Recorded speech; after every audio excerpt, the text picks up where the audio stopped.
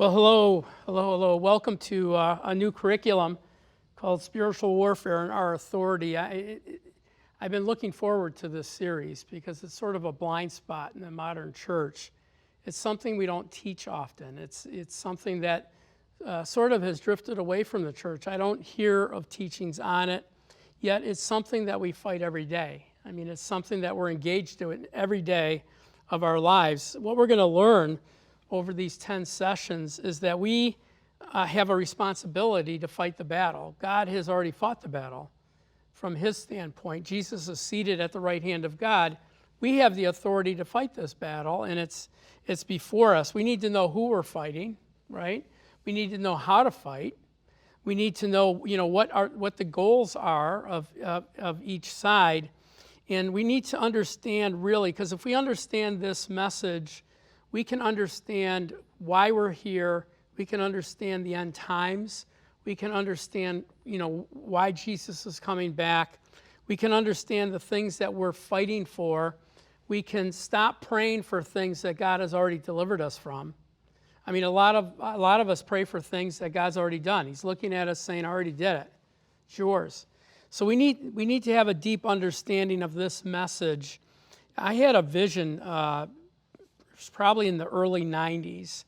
I was in my basement. I was praying, and I was teaching on authority. And I was risen up. My eyes were open. I was risen up, and I seen my words pounding on Satan. I seen Satan. My words were pounding him into the ground. They were having this effect on him where he was covering himself, and then.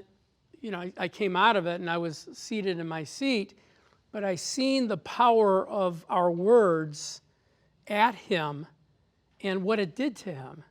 And as you'll see in this first session, we need to understand that the obligation to do that is on us. Jesus has done all. I like to also tell.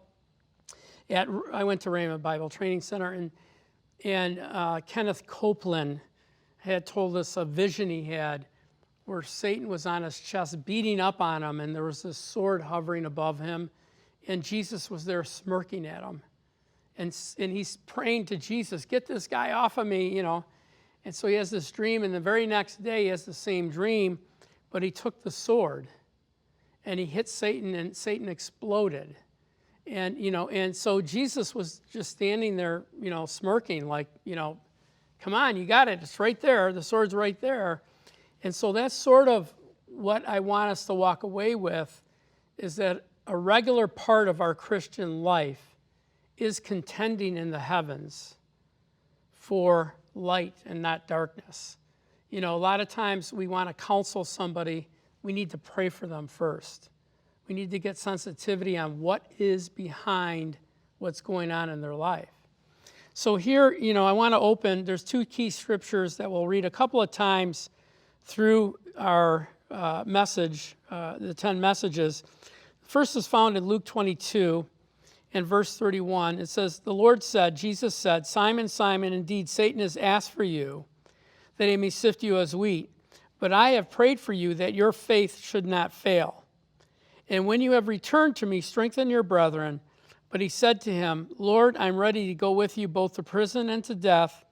And he said, "I tell you, Peter, the rooster shall not crow this day before you deny me 3 times that you even know me." We all know the story, but here's the revelation.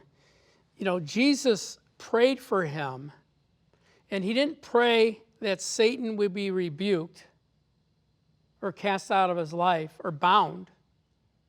He didn't pray that God the Father would deal with Satan.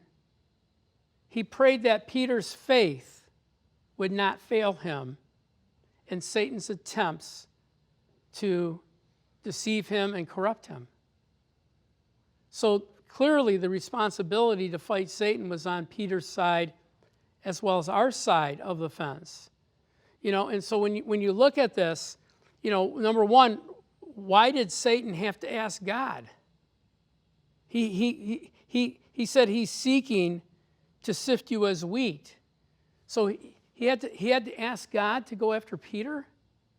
I mean, what's that all about, right? And then he prays for Peter's faith to not fail him. And then he tells him, you're going to fail because the spirit of fear is going to get you, and you're going to deny me 3 times. And then when you return to me.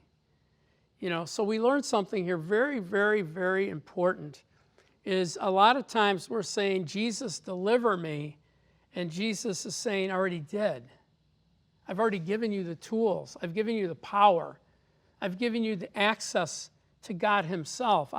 You have it all. And so when I look at this is a blind spot in Christianity. When I call it a blind spot, it's something that's not being taught, so it's in the forefront of our minds.